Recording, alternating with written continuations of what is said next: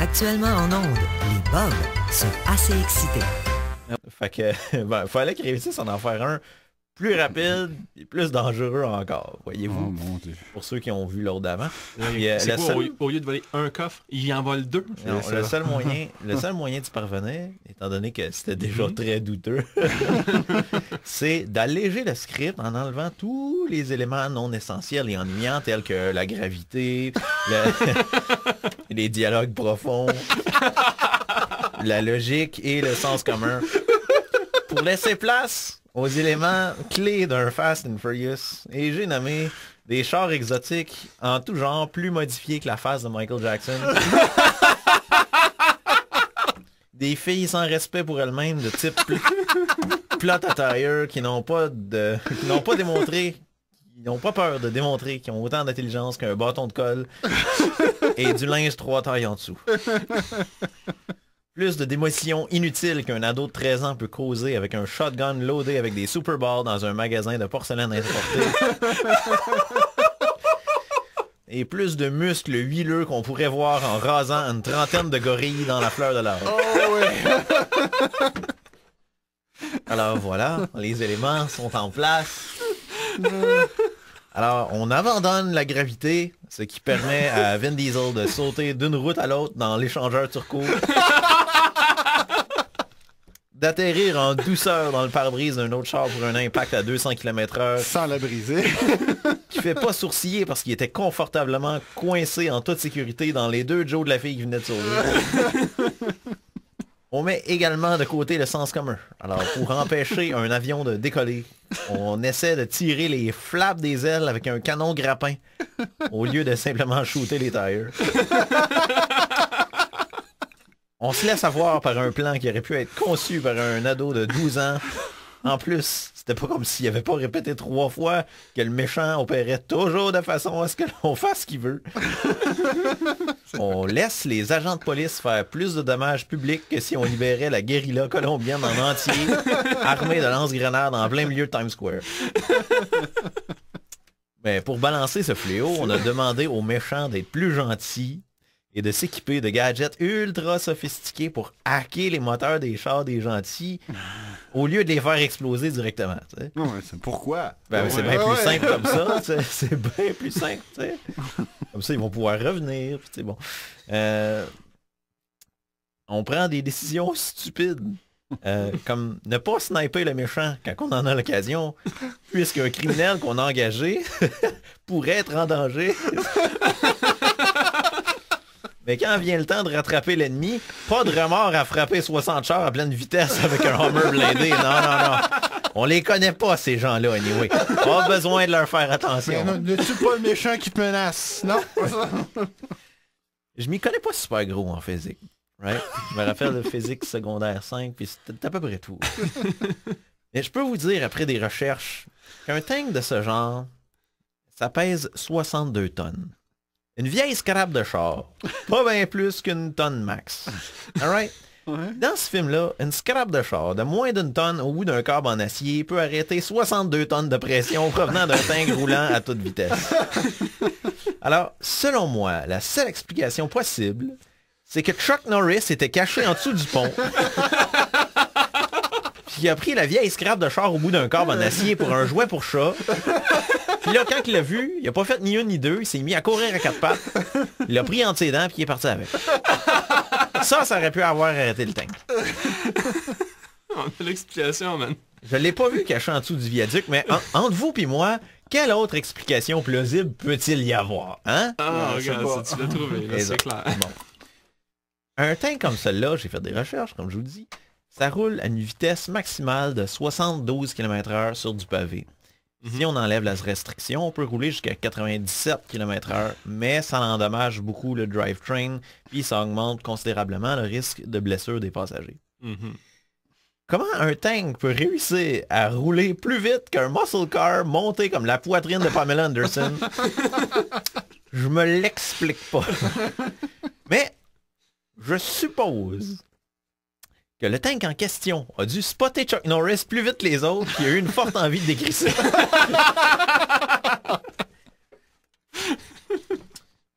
Comme quoi tout s'explique dans le film. Ah ouais, ça c'est... Bon. Un avion cargo qui roule pendant 15 minutes sur la piste d'atterrissage la plus longue du monde. En fait, je soupçonne fortement que cette piste soit en fait la seule piste ovale au monde. Puis que l'avion tournait en rond. Il parvient toujours pas à décoller après 15 minutes. Bon. Puis là, partez-moi pas ces scènes de combat, s'il vous plaît. Ouais, parle-en. Dans ce film-là, on est soit en pleine forme ou bien knocked out. Il n'y a pas d'entre-deux. Il faut voir Vin Diesel faire un move à la Honda dans Street Fighter et se lancer tête première dans les airs, les bras le long du corps pour atterrir dans un méchant qui doit bien peser à lui seul la moitié du tank en muscle. Mais ce méchant-là, il a peur de la fille parce qu'il dit des mots qui sont pas doux. Je comprends pas ce méchant-là. On n'a plus les méchants qu'on avait. Dans ce film-là, les muscles sont à la mode et comme ils disent eux-mêmes, ça sent l'huile de bébé. J'ai appris un tas de choses sur la course en voiture dans ce film-là. Hein? Comme dans tous les autres d'ailleurs. Comme par exemple, pour tourner, il suffit d'écraser 2 pédales puis de tourner le volant malade. Ça, à chaque fois que tu as un tournant, là, t'écrases 2 pédales. La cloche et le frein, j'imagine. Ouais. Pour rattraper quelqu'un, faut juste shifter. Faut juste shifter, man. Fait que pour gagner, ça te prend un char avec 21 vitesses pour que tu puisses toujours shifter une fois de plus que ton opposant. Fait que shift, il te dépasse tout le temps. Celui qui utilise son os en dernier, c'est toujours le vainqueur. Tout le temps. Son os. Ouais, son os, son turbo. Son os. Ouais. Ok, ouais. Pas West, C'est là. la nitroglycérine. C'est ça. Fait que tout ce que t'as à faire, c'est d'attendre que l'autre paye pèse sur son bouton, là. Puis, au pire, tu peux l'agacer, faire semblant que t'as pesé dessus. Puis, voilà. Puis, je passerai pas trop de commentaires sur l'histoire, ok? Parce que... Quelle histoire, ça? Mais, Je broille, là. ça se résume à ceci, là. Je suis pas capable de pogner le méchant. M'a tapé à la gueule d'un de ses complices random pour me faire du bien.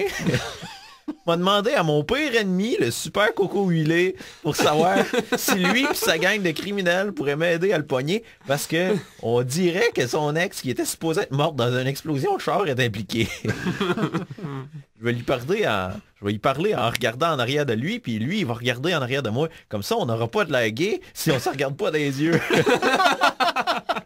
Le coco va dire oui en disant que c'est la famille qui compte, tu sais. Comme la mafia. Puis là, il est encouragé à y aller de toute façon par sa blonde qui apparemment se crise bien de se faire sacrer là si jamais il y a trop.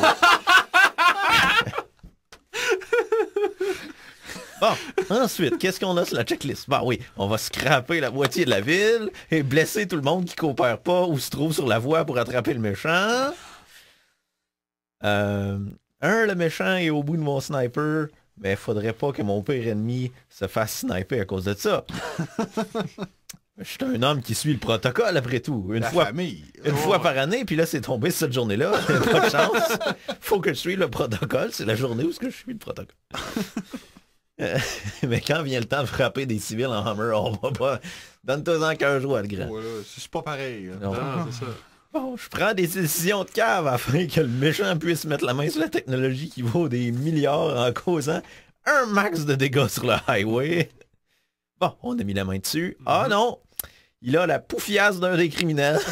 Je crois bien qu'il va falloir le laisser sauver, lui et sa bande de pourris. On le rattrapera plus tard, de toute façon. J'avais pas fait mon exercice de la journée. C'est-à-dire casser des gueules avec mon coude.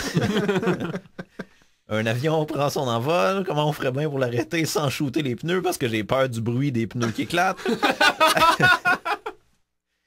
On va essayer de shooter des grappins dans les ailes et de laisser traîner nos chars comme poids supplémentaire. Parce qu'un avion cargo peut clairement pas transporter 3 ou 4 chars de plus, right? Ah ben marde, je me suis trompé. Encore. Ben écoute, on va marquer dans l'avion tant qu'à y être. On peut pas commander l'ordre au gouvernement d'envoyer un chasseur me détruire ça en plein vol. Ça serait trop facile. Mais non, il y a un otage. Ouais. Ben ouais. La paufiasse de l'autre. Bon, tous les méchants meurent et la blonde du japonais crève aussi. Oh non, pas la famille.